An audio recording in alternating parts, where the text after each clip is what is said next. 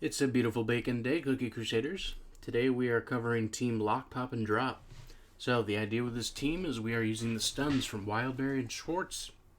We are using the stun from Sea Fairy, the attack speed reduction from Crunchy Chip, and the skill freeze from Frost Queen. So we are running robes, we are running scroll, we are running the Jelly Watch.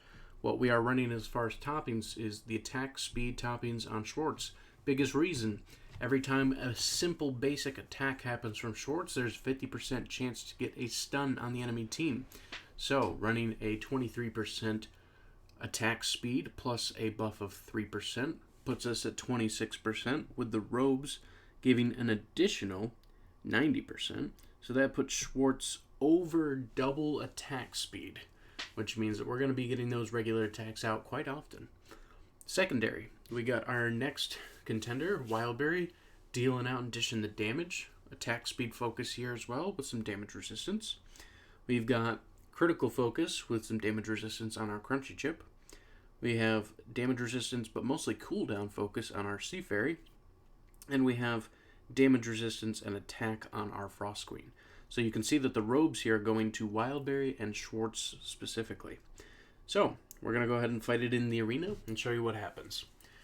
Now as you can see, this first activation, boom, stun. Stun from both, attack, the bar is gone. We have no healers on our team, no one acting to protect us. This is just pure destruction and damage. Now, it is a little RNG because remember, you only have a 50% chance to get stuns with Schwartz. So for that reason, you're not going to have a guaranteed turnout every single time. So this time specifically, we are having a little bit of trouble, but we are still fending off against the enemy. We do lose it this battle because we had less activations of stuns, but I will run it again to show you that we should be able to win it. It's just a matter of RNG for that. And that's the rough part about Schwartz, but that's honestly what makes Schwartz doable and not completely broken, is that there is that 50% chance. If it was not 50%, if it was like 75 or 100%, it'd be completely broken because then everyone would just be getting stun locked out to where it wouldn't even be playable. So you can see this time, we didn't lose any of our characters before taking them completely out, and now we're down to Wildberry with still 4 of our contenders left. So this time our stuns were successful. And that's why I wanted to rerun the battle, to show you that it is completely possible, but it is a risky team because you're not running heals. You're banking on those stuns landing from Schwartz. But that's why you need the attack speed to get those animations going as high as possible. And you can see Schwartz is actually dealing the most damage too.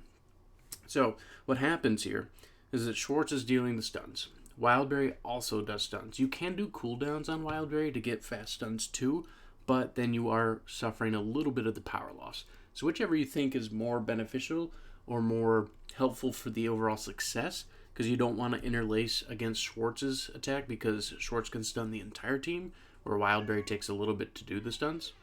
The attack speed reduction from Crunchy Chip is very essential because that front unit getting that reduction of speed, if they are still alive, they're going to animate and attack slower. That's a big deal too.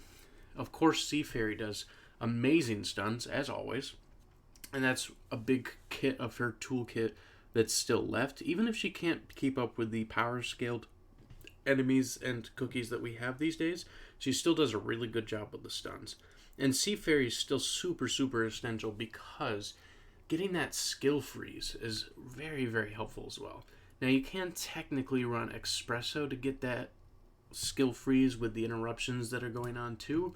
It is an option, of course, but I like the burst damage that does come from Frost Queen, and it's nice to run her every now and then. And in addition, you could even go for a healer if you really, really wanted to try and go against other teams, but do be wary with doing that. If you're taking out Sea Fairy, you're taking out Crunchy, you're taking out Frost Queen, you're exposing yourself to a little bit less pieces running in the background. The safest option would be to take out Crunchy for a good healer, probably a BTS cookie, maybe a cream unicorn, but you're going to have a little less power hitting the enemy team because you have less bodies on the field in technicality when it comes to battle style. So do keep that in mind.